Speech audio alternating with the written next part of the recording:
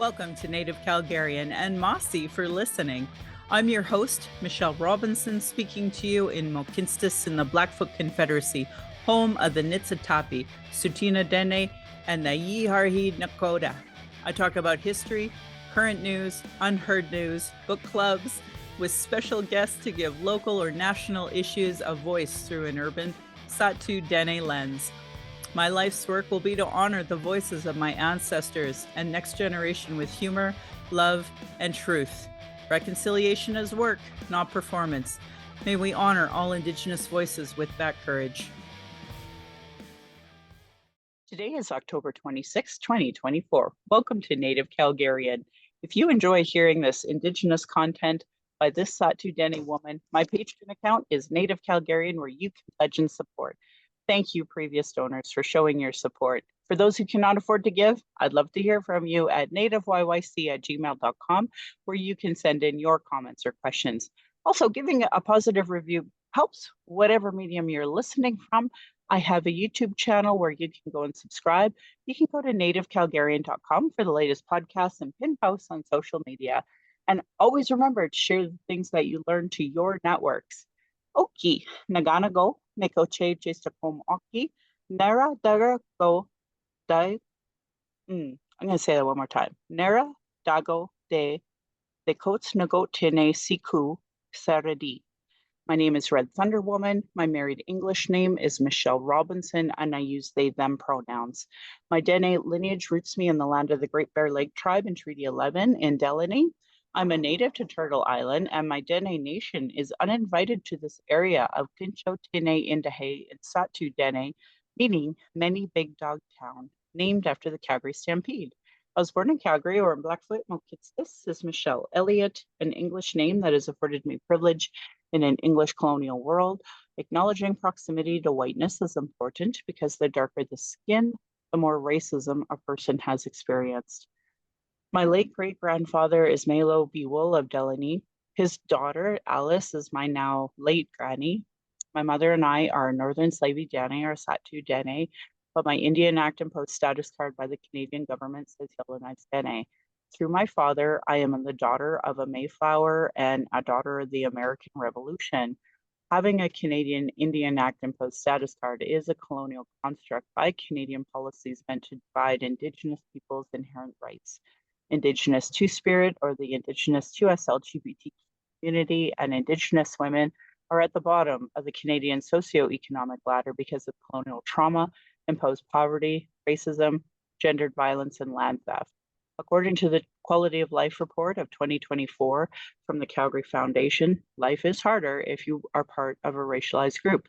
42% of members of a racialized group do not have timely access to culturally appropriate health and well-being services. 40% of members of a racialized group cannot find suitable employment, up from 31% from last year. I am not a social worker, nor an elder, nor do I speak on behalf of all Indigenous peoples. I share my journey as a Dene mother navigating this ableist, colonial, misogynistic, racist world in 2024. As a trauma-informed Dene woman who has attempted to run, joined harmful colonial parties, spent money to be at expensive conventions, left my home to travel to those conventions just to vote on incomplete policies that still allow for colonial incarceration, a denial of justice, a denial of health services, racism, colonial trauma, and genocide of Indigenous and Black peoples, I have worked to continue, reports to advocate for, and attempt to work within these systems meant to harm me and my community. I think of all of this today, and I hope we honor the many Indigenous lives lost for this so-called country named Canada. I hope you see your role in the importance of stopping harm, and as a citizen, see your role in reconciliation. And as a treaty partner, pride should never be 1 month. It's important to understand that the straight agenda and gendered violence was and is forced on these lands by Christian outsiders. Land acknowledgements are critical for creating a safer space for Indigenous, as well as honoring the host as a guest and acknowledging your role as a treaty partner in this so-called time of reconciliation. Can they be performative? Of course. It's important land acknowledgements have meaning. Otherwise, you're just creating more harm. I encourage other people to introduce themselves with an acknowledgement of their ancestors, stories of displacement, and how you perceive your role as a treaty partner, citizen of Canada, a refugee, or other land displacement, so we as Indigenous people know how safe you are to be around. If you don't know how to pronounce your local Indigenous nations' names, won't say your pronouns, won't say your story of origin, won't acknowledge stolen lands, won't acknowledge imposed economic oppression or your role in reconciliation, I determine how safe you are to be around my community, my family, and myself, because we face the most colonial violence based on ignorance, or worse, willful anti Indigenous biases. Understanding land acknowledgements and their importance is Indigenous 101 because it immediately addresses colonialism, oppression dynamics, broken treaties, and lies taught today in Canadian schools nationally. That's why settlers and those who call themselves native Calgarians or whatever town you're from show me you have no Indigenous 101 understanding. Just say Winty's book Unreconciled explains this perfectly, as do many other Indigenous authored books. Land Back is a movement that could save the planet from climate change created by colonialism, but it also be a part of a treaty partnership, part of meaningful reconciliation, and honoring global initiatives like the United Nations Declaration on the Rights of Indigenous Peoples. As a former geomatics drafter, I am happy to teach you more about land acknowledgements, but you have to pay me. So go to nativecalgarian.com for more. So today I'm really honored to have some folks join me, and I'll just allow you both to introduce yourself in your way. Sure. So my name is Madeline Enns, and we are both currently in Saskatoon on Treaty 6 territory. I personally am originally from Treaty 5, and I have Métis ancestry and heritage, and also have mostly Saulteaux and Cree ancestors on that side of my family, which is my mom's. My late great grandmother, Catherine Brass, is originally from Punachai near Gordon's Reserve. And my father's side is Mennonite, and with that has, afforded me some privilege as well, having much fairer skin. And yeah, I currently work as a team lead in a youth home with prairie harm reduction, and am definitely very passionate about harm reduction and trauma-informed care, along with Indigenous rights, land back, queer rights, most people's rights, honestly. And yeah, that's me. I am Cass Weiner. I am one of the people in my family who are really actually going into their Indigenous identity. We were very quiet about it because we were very much so white passing. But I know with my cookum, she's mostly Blackfoot, and Dakota, she would talk about it all the time, and I love her for it. On my father's side, it is very much so, as you can tell, again, white passing, Ukrainian, actually. Ukrainian on that side. I don't speak to him a lot, so I don't know fully, but I know my Bubba is up there and looking down at me as well. I am a teacher at the moment. I focus on trauma-informed classrooms. I think it's super important, and I got into this work to help Two-Spirit youth because you don't talk about it a lot. And I know how important it is for them to be seen working with a bunch of displaced students, and most of them are unfortunately Indigenous. That is me. Well, I'm really happy to have you both here because I know the reason why I reached out and you both cleared a Saturday for me to talk about with you is because of what is happening in Saskatchewan. You're both in Saskatoon and both advocating as teachers for Indigenous youth who are Two-Spirit. And I wanted to ask you a bit about that. I've shared the letters on all my socials, but I would love for you to talk a little more about why that came to be, how you formed a group, how long it's been, and all that fun stuff. Of course, yeah. Well, yeah, most recently we actually just released another statement today about the whole situation here.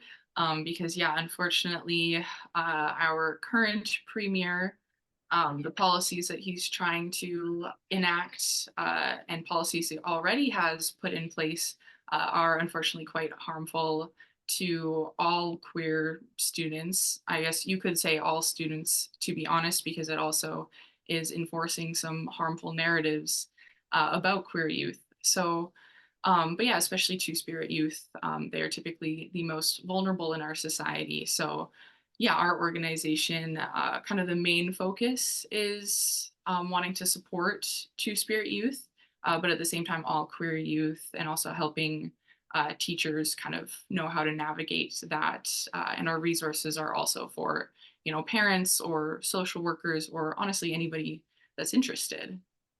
Yeah, and Wonderful. our organization was actually started by our main founder, I guess you would call her. Yeah. Her name is Tansy. She is an amazing person. She was the person who was like, "Okay, I think you'll be great. Let's work this all together. Here's my idea," and we all collectively agreed on that. And how long has it been? It's been a couple of months at Yeah. least. Yeah, it That hasn't been too long. no, yeah, we're really excited, and it took us a little bit to get even our newsletter off the ground, but I think we're all really excited about everybody's commenting and actually sharing our posts, and we're like, this is definitely what we're meant to do. Yeah, no, it's really important work that you're doing. I think that the most vulnerable people that there are Two-Spirit youth, and there's nobody else because as an advocate for missing and murdered Indigenous women and girls, the exclusion of Two-Spirit in a lot of those circles drives me bonkers. And then, as we all know, at least here, who are the most disproportionately thrown out of houses are Two-Spirit. And because of racism in Canada, they don't get the services they rightfully deserve. And despite having 231 calls to justice, and that inquiry was beautifully written to have that gender diverse lens throughout the entire, from start to finish, we still don't see LGBTQ community really understand the gravity of colonialism and racism, which really disproportionately affects our Two-Spirit youth. So they're excluded everywhere. And it's just like that needs to be seen, it needs to be heard. And so the work that you guys are doing right now are it's just so critical. It is what our Two-Spirit youth need the most. And I'm so grateful to all of you for all that work that you're doing and calling this out properly. The fact that other LGBTQ organizations are not sharing everything you're putting out, the white, usually run colonial teachers associations and such, the fact that they're not sharing your stuff. Like, I am one of those people. I also have recently been diagnosed with ADHD, likely have autism, so I'm a little like really critical and hyper focused on things. So I've been looking who's sharing, who's not sharing. And so even when you look at it, basically any Indigenous post, it's Indigenous people sharing it. Here we are in the so-called time of, understanding reconciliation and treaty partnership, but wearing an orange shirt once a year, one day a year, is like their contribution and not understanding the gravity to it when like they have a really strong voice that could really change everything. But I've noticed, because like it's 2024, and the lack of support of understanding the concept of promoting Indigenous voices. And that's why you're doing that work. I seen it.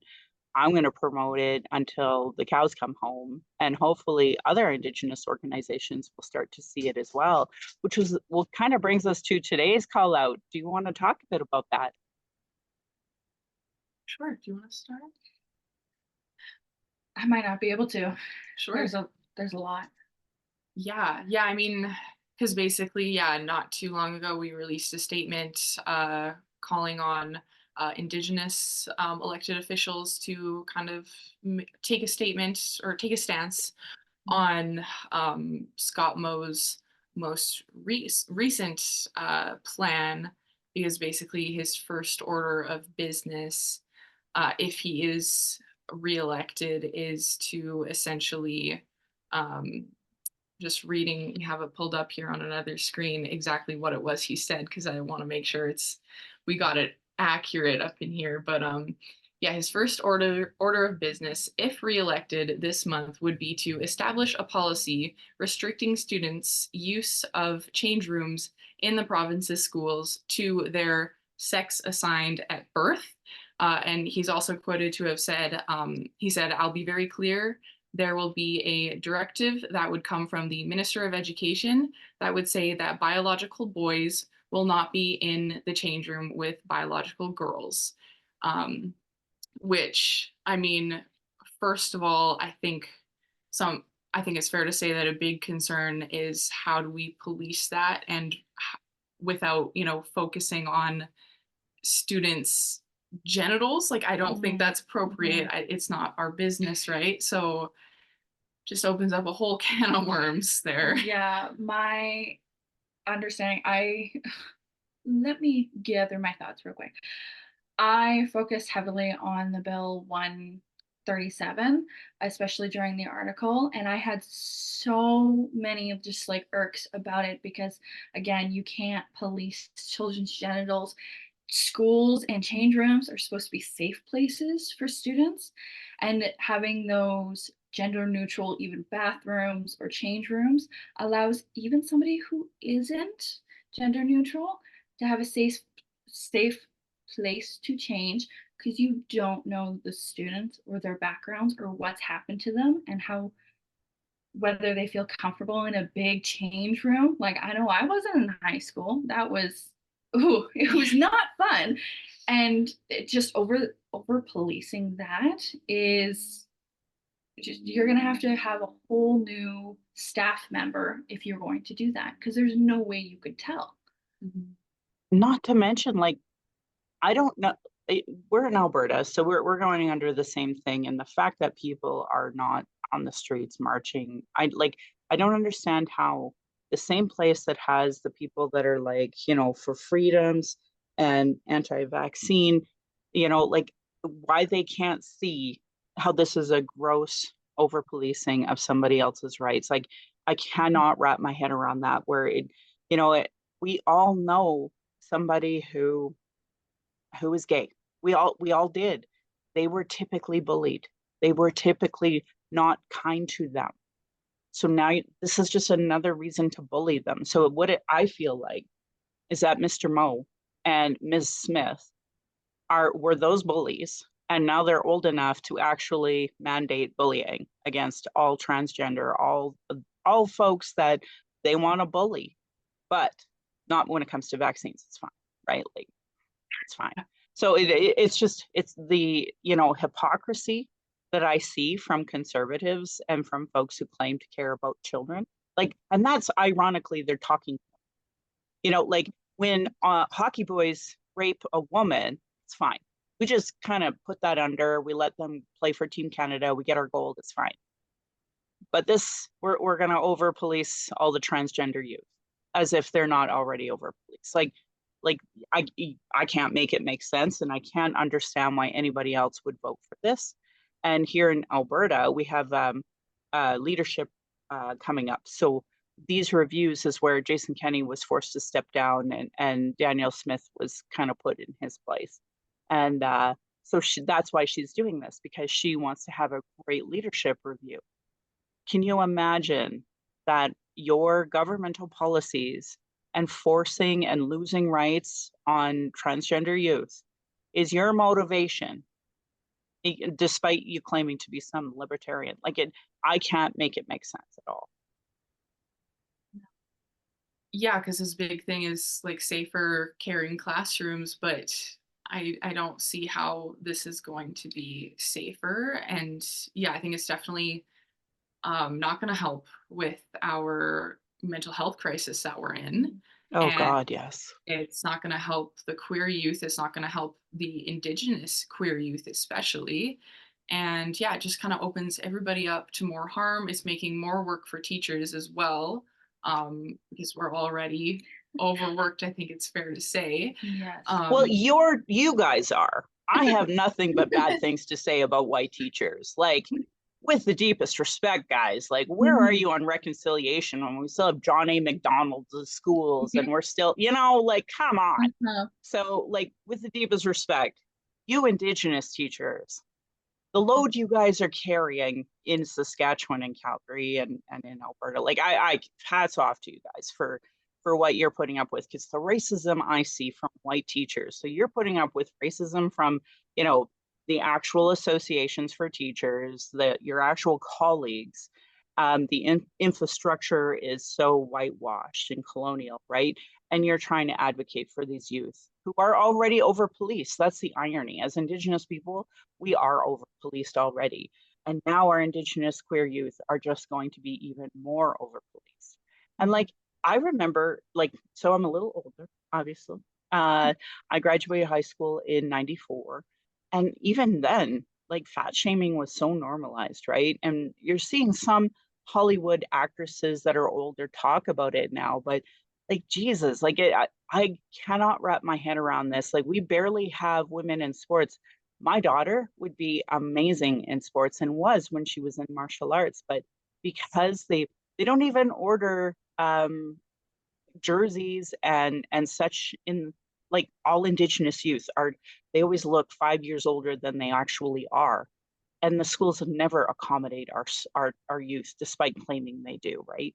So, and I know it, like, this is the lowest thing that teachers give a shit about because of the curriculum changes and trying to keep, you know, math and reading and the, you know, main parts of going to school relevant, let alone all of the kids who now have mental health issues or ADHD, autism, and need an extra teacher. We don't have funding for that. We don't have funding for music. We don't have funding for sports. So it's like, I'm talking about something very specific, and they're so overwhelmed with all the cuts, and and the wage is ridiculous. Like, another hats off to you guys. Like, it is wild to me that Yeah. we are underfunding teachers and teacher aides, et cetera, et cetera. So, and I can keep going off, but I think my listeners would like to hear your voice, not mine. No, I very much so agree. And like, I got into teaching because I guess I'll kind of jump on this tangent because I never had a safe space in classrooms because I moved so much.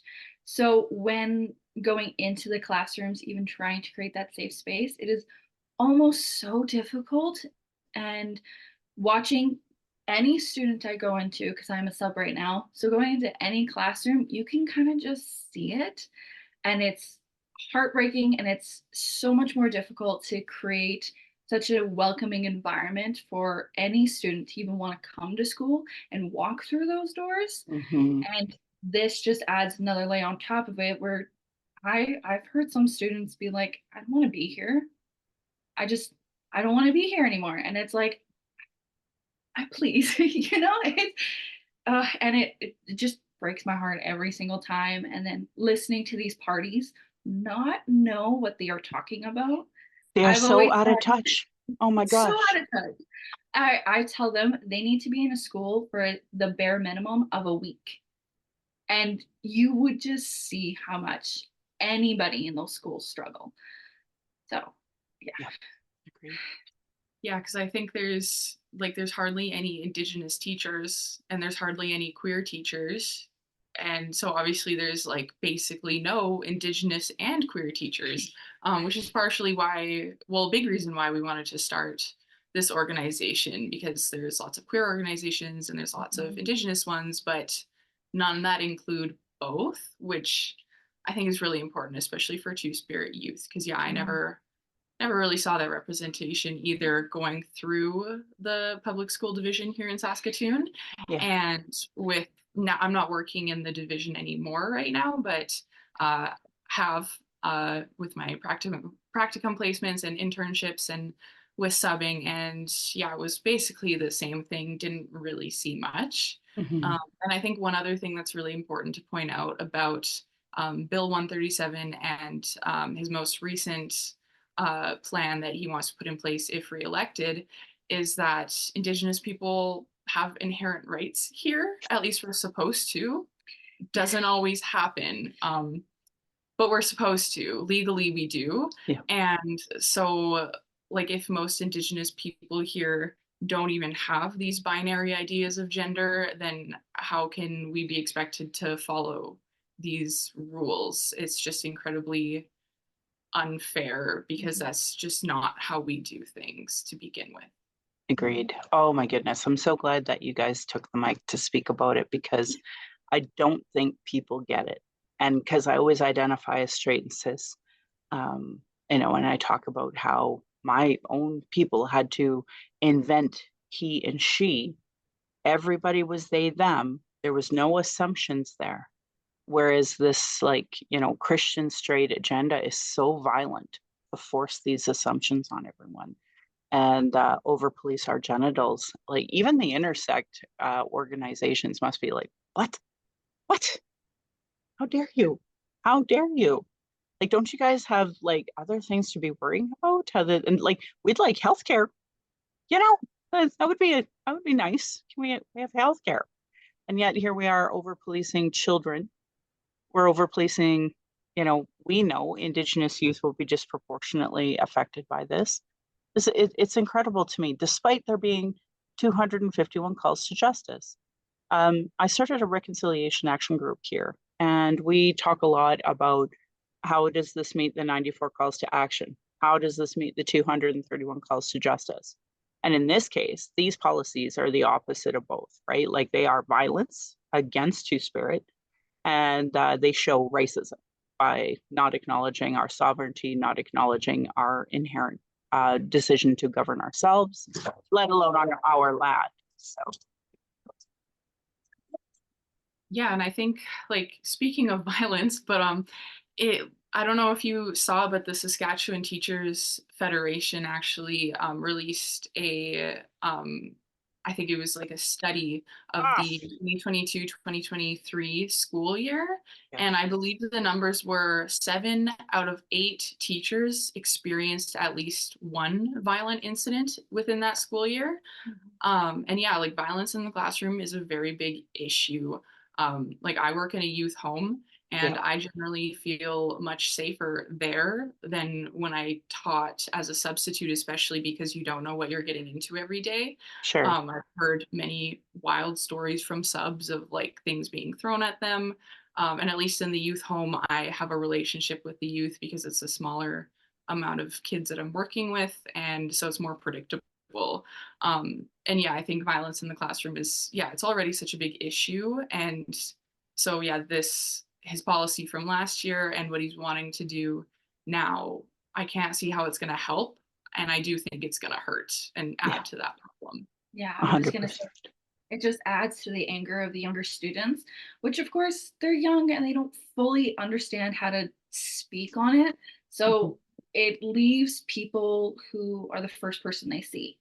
And they spend a lot of time with teachers or EAs, and that leads to even more violence with that.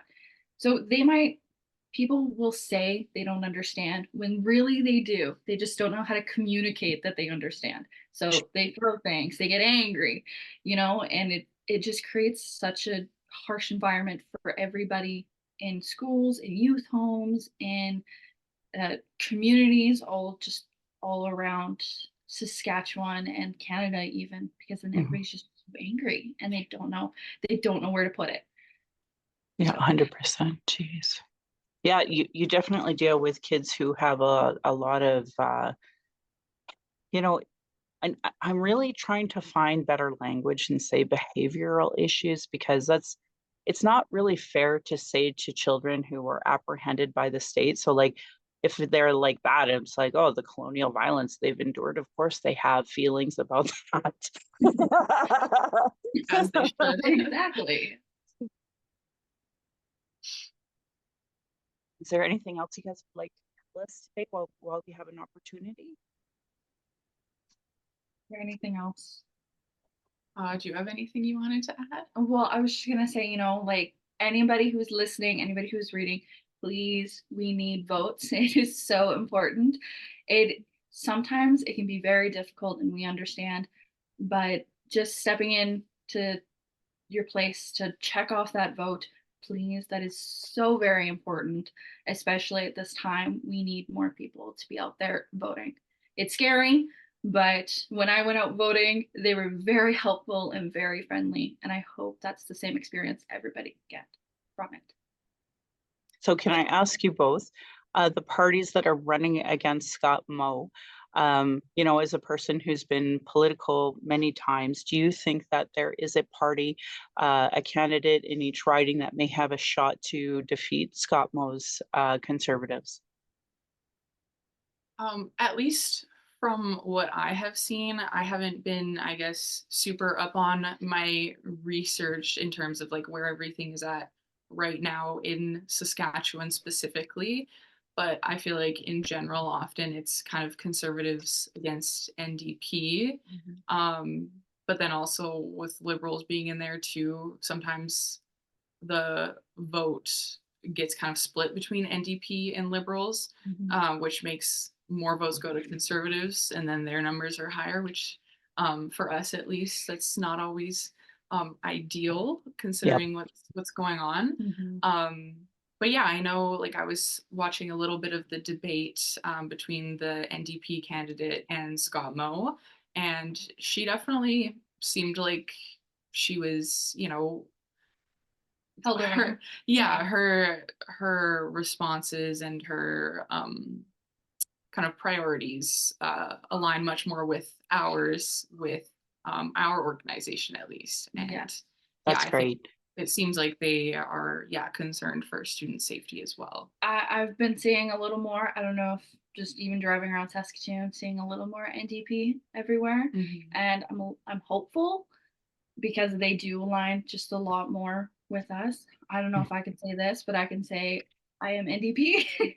I've researched them and I was like, this seems very great, and I really hope they get a chance to even try because I haven't seen a chance recently. So I'm hoping there's a chance for them to at least try. Right on. Yeah, I'm a big believer of anyone but conservatives because we've grown up in these provinces and they're very conservative. And I'm tired of bigots. I naively believed that Canada would get on board with this concept of reconciliation. And, when I had somebody like, Gord Downey be like, yeah, we're going to even start a foundation. This is of importance. We need to focus on this. I really had hopes that, it's 2024, we'd be way further on understanding what racism is. And yet here we are, like multiple genocides happening all across the world, and nobody seeing the root issue here is that bigoted belief system, which ultimately this anti-trans is bigoted. It's rooted in bigotry. So for me, I hope that you feel like you're being supportive. You get an opportunity to encourage people to vote. For me, I just think of all of the Indigenous people that had to fight for our right to vote in the colonial system. It's unfair. I want to have sovereignty. I want to have our own systems. Eventually take over this so-called Canada. But in the meantime, we can vote in so-called Canada's elections, so we should, and definitely as a form of harm reduction, because to me, the better harm reduction we can do, it's a lot easier to be talking about the nuance of issues of racism than it is somebody who's just like, I can't even have you in the room and call the police on you. And that's where we're at with conservatives. You can't even have discussions with them. For a bunch of folks who claim to be about freedom of speech, they sure hate it when we talk. Yes. Yep. Yeah. All right, folks. Well, thank you for bringing up voting. Is there anything else that you may have remembered that you wanted to talk about? Your mind? I guess subscribe to our newsletter. And if you're an Indigenous teacher and you want to work with us, you should. I guess right now we're only working within Saskatchewan, but the long-term goal is to expand. So if you're in Calgary or Alberta, you can definitely check out our newsletter and keep up with us. And yeah, hopefully in the future, we'll be a bit more national. And then you can have the opportunity to join if you want. Amazing. And one more thing, because I love the work that you're doing with that prairie harm reduction group. Is there anything else you'd like to talk about, but with that as well? Oof. Well, that, I guess there is definitely a lot in terms of the Saskatchewan Party and harm reduction. Uh, but I guess in terms of prairie harm reduction itself, our safe consumption site is very important. And despite what some people may say, we do save lives. We do not just give out free drugs.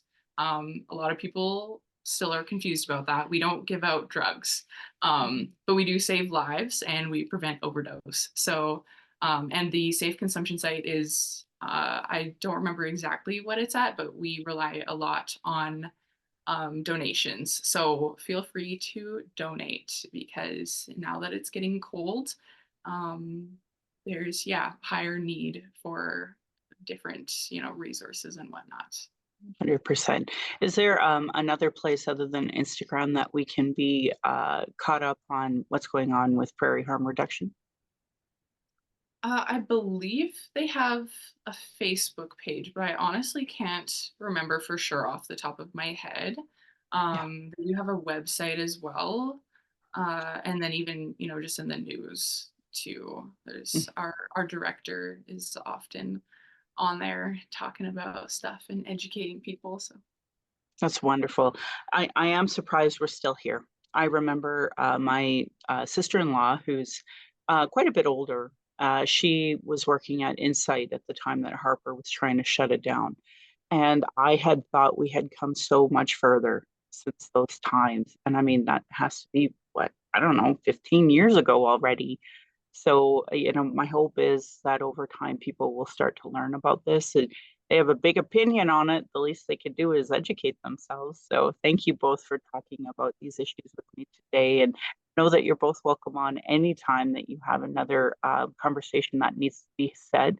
And always happy to amplify your work as well. So, just doing the great work you're doing. And I know you guys are saving Indigenous lives. I know that. And I know you're saving other kids as well. And you're really fighting patriarchy by just existing. So thank you for all that you do. Thank you to your incredible team for all they do. And keep fighting the good fight. Thank you so much for being on the show today. Well, thank you for allowing us to be here. We appreciate that so much. And just seeing all the work that you've done, we want to thank you so much for even building a platform that we can even speak a little bit about it. And we'll probably have to take you up on that after offer about coming on again. Oh, please do. And especially, it's always funny because always after an election, it's like, okay, now what's the next plan? Right? What are we doing next? What are we doing next? So whenever you're doing that next plan, you're always welcome on. Thank you both for everything you do every day from the bottom of my heart. I have a little one, a little queerling, little youngling, and they are definitely, we need to support them the best we can. So I so appreciate everything you're doing, folks. You take care. thank you. Yeah, Thank you you. too. Right on. Just lovely human beings, I tell you. As always, just wanted to encourage people, if anything that we've talked about today is new to you, maybe consider joining a book club. I have a book club. It's an Indigenous book club we've had going since 2016. We do it the second Monday of a month. And, I find that it really helps. There's so many Indigenous books out there that are worth the time to read. This, as a person with ADHD, possibly autism, I really find that it gives me a deadline to read my books and keeps me up to date on what people are talking about. And if you don't learn something from listening to my podcast in one episode, you don't learn something after a few pages of reading a book. Like, of course, I respectfully understand if you won't listen to my podcast anymore or read a book, but there's so many other great podcasts out there. So please consider including more Indigenous media into your world, beyond mine as well, and encourage them. I just went to see a fantastic movie called Seeds.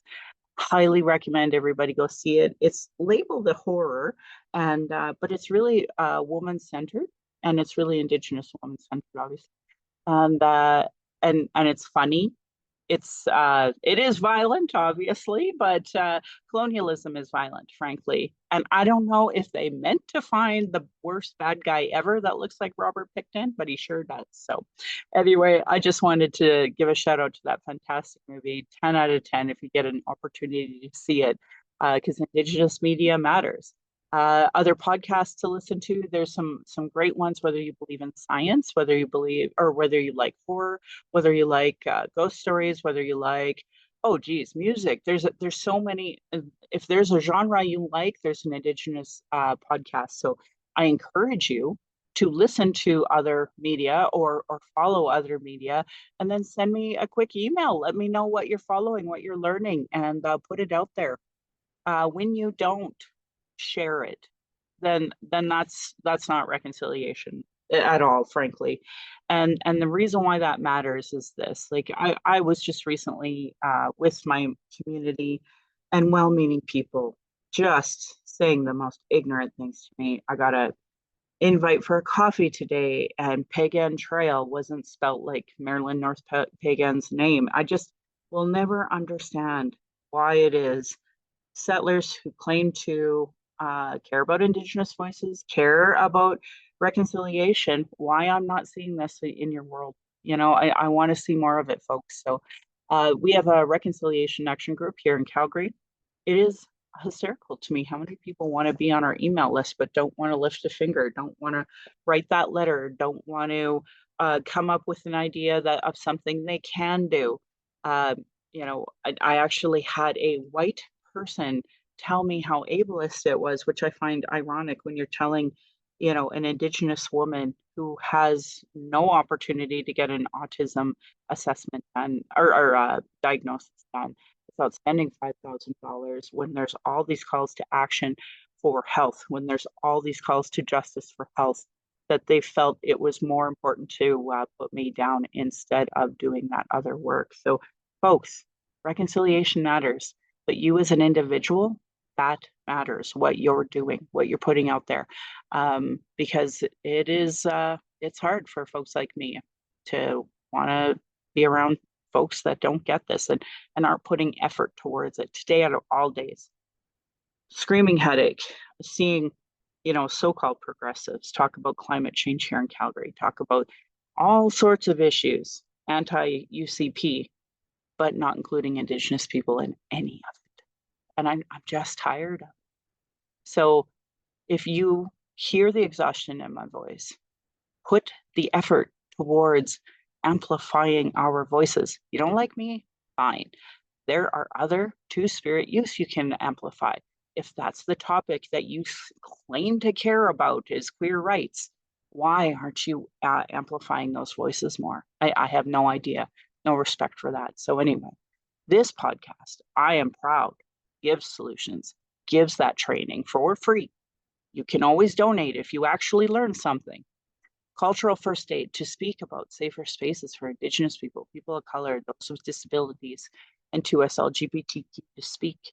According to the 2024 Quality of Life Report from the Calgary Foundation, 87% of members of a racialized group have experienced discrimination based on religion, ethnicity, skin color, culture, language, accent, gender, or sexual orientation, at least some of the time. 50% of Calgarians claim to be committed to anti-racism, diversity, equity, and inclusion, yet we don't see that change from you folks. Anyway, thank you to authors Chelsea Branch, Cheryl Ward, Alicia Fritkin of heretohelp.bc.ca for their fantastic work that they put together about Indigenous cultural safety and why you should care about it. Their work is literal cultural training for free. So please support their work as part of your reconciliation work and settler understandings. I'm just lucky enough to highlight it and repeat it here. Internalized racism and lateral violence is another form of violence Indigenous folks face by the structure of oppression imposed on these lands. You can go to racialequitytools.org, where Donna Bevins put together tons of resource files, another person you can do a donation to. Do's and don'ts for bystander intervention by American Friends Service Committee.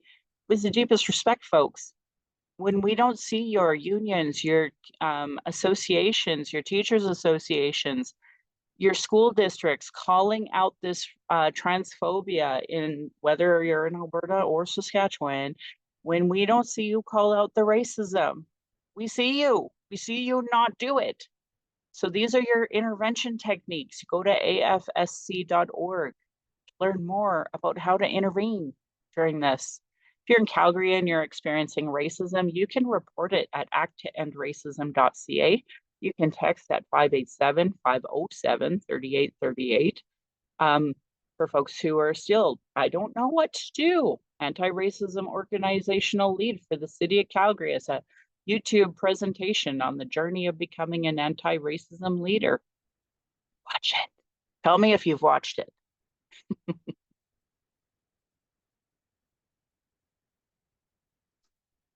Some of our YYC Black Lives Matter organizers are absolutely being targeted by the injustice system. Go to Stop the Stack YYC to learn more and learn how you can be better.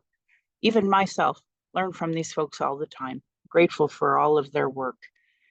Indigenous have been talking about these issues, sharing our traumas and reports, commissions, public hearings, podcasts. So it's just going to be regularly disregarded. No more. Honor our words, honor the treaties. Listen to politicians and their policies and platforms. If they don't recognize the marginalized in their budget with Gender Equity Plus, if they're cutting violence prevention programs, services, Indigenous education, uterus health choices, gay straight alliances, a lack of human rights for migrants, immigrants, folks with disabilities, know that your vote to those parties are negatively impacting marginalized people. Demand that they implement the Truth and Reconciliation Commission's calls to action, the recommendations of the Royal Commission on Aboriginal Peoples, the multiple reports about child welfare reform, violence prevention, and the 231 calls to justice on the National Inquiry on Missing and Murdered Indigenous Women, Girls, and Two-Spirit. Here in Alberta, we have the 113 Pathways to Justice that Jason Kenney started. Now we have a new Premier's Council on Missing and Murdered Indigenous Women and Girls work. Notice how it excludes Two-Spirit. Municipally, we have the White Goose Flying Report. Denying all of these reports is a form of abuse called gaslighting. Our people are experiencing extreme racism in every institution, with multiple reports that say the same thing. Demand change from election platforms and politicians, and in my case, the electorate, the electors, sorry. If you do not understand colonialism, racism, privilege, sexism, you have zero business running. You have zero business voting. And I'm pretty pro vote, but it was very depressing hearing somebody when I showed them what Stephen Harper had done to me as an Indigenous person, that they still want to vote Conservative. Don't vote for people who are going to hurt your kids, your neighbors. Why are you doing that? Anyway, man, change. After volunteering with some folks at your community association level, should definitely be doing anti-racism training. Google articles on how non-Indigenous Canadians can become allies, because there's oodles of them. Calgary Foundation has a great ally toolkit. Ally toolkit is right on calgaryfoundation.org. So if you're a social worker or you're a well-meaning person who's like, oh my God, I don't know what to do, how about this? All of you city social workers that work at these community associations, why aren't you doing presentations on this toolkit? Here's a challenge to you. You obviously aren't working on the child welfare component of the TRC, so maybe you can do this part. Anyway, if you don't follow it, I share from the aboriginalalert.ca. You can sign up on their email as well. Missing Children Society of Canada has, it's a lot more robust. I've seen lots of elderly on there now too. So sign up there. They even have an app.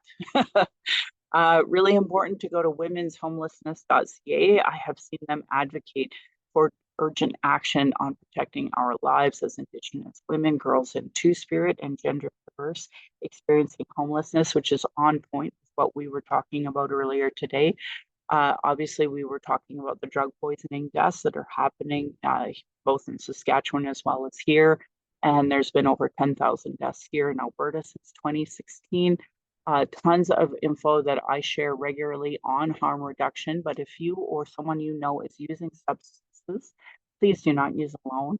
If you are using alone, you can create a great safety plan with the National Overdose Response Service at 888-688-NORS for support. Or there's a Brave Doors and Lifeguard app that you can download. Locally here in Calgary, I strongly support Freedom's Path Recovery Society.ca, where you can donate. They provide free one-on-one addictions counseling services, group treatment for recovery in Calgary. They are queer-friendly and anti-racist. As many of you heard, I've also been fully supporting Canada's first 2S LGBTQ Addiction Recovery Centre, stonewallrecovery.ca. I'll be wearing their merch, hopefully, in the next podcast that you see me in.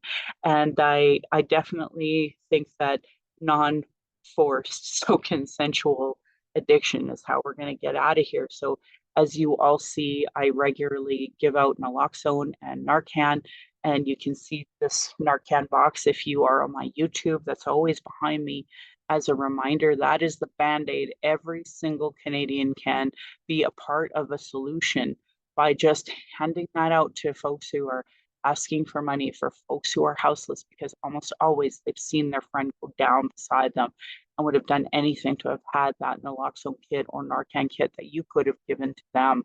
If you are experiencing any emotional distress after anything we talked about, need to talk, you can call the First Nation and Inuit Hope for Wellness Helpline at 855-242-3310. It is open 24 hours a day, 7 days a week. You can also go to their website, hopewellness.ca. They have a little text box on there. If more related to missing and murdered Indigenous women, girls, and Two-Spirit, you can call 844-413-6649. We also have the 60 Scoop Indigenous Society of Alberta here in Alberta at ssisa.ca. Indian Residential School Survivors and Family Hotline is 866-925-4419. Kids Help Phone 1-800-668-6868. You can also text at 686868 with a live chat from 7 p.m. to midnight. We also have the Native Youth Crisis Hotline at 877-209-1266, which I think is really critical after the conversation we had today. For the non-Indigenous, you have your LGBTQ youth line, and you can go to youthline.ca for more. They don't have a phone number, but you can text at 647-694-4275. For non-Indigenous, there are also distress lines in your area, functioning 211, the number 988. You can also text 988, or you can go to 988.ca. More for 2S LGBTQ crisis supports in Toronto. If you're just calling 211, you are lucky enough to have this Indigenous-led crisis response pilot. You can find out more at the number 2, spirits.org. My American friends, you are lucky enough to have strongheartshelpline.org for folks who have Two-Spirit identity, and that's 1-844-7-NATIVE or 1-844-762-8433. itgetsbettercanada.org also has tons of resource for a lot of the LGBTQ plus. Just a warning to the BIPOC, I've seen some of the orgs listed in Alberta, and trust me, they are not practicing anti-racism as we just discussed, nor do they have Indigenous education. So you may want to try the MMIWG2 line or some of the others I've already given you. Violence is our everyday reality. Every Indigenous generation faces it.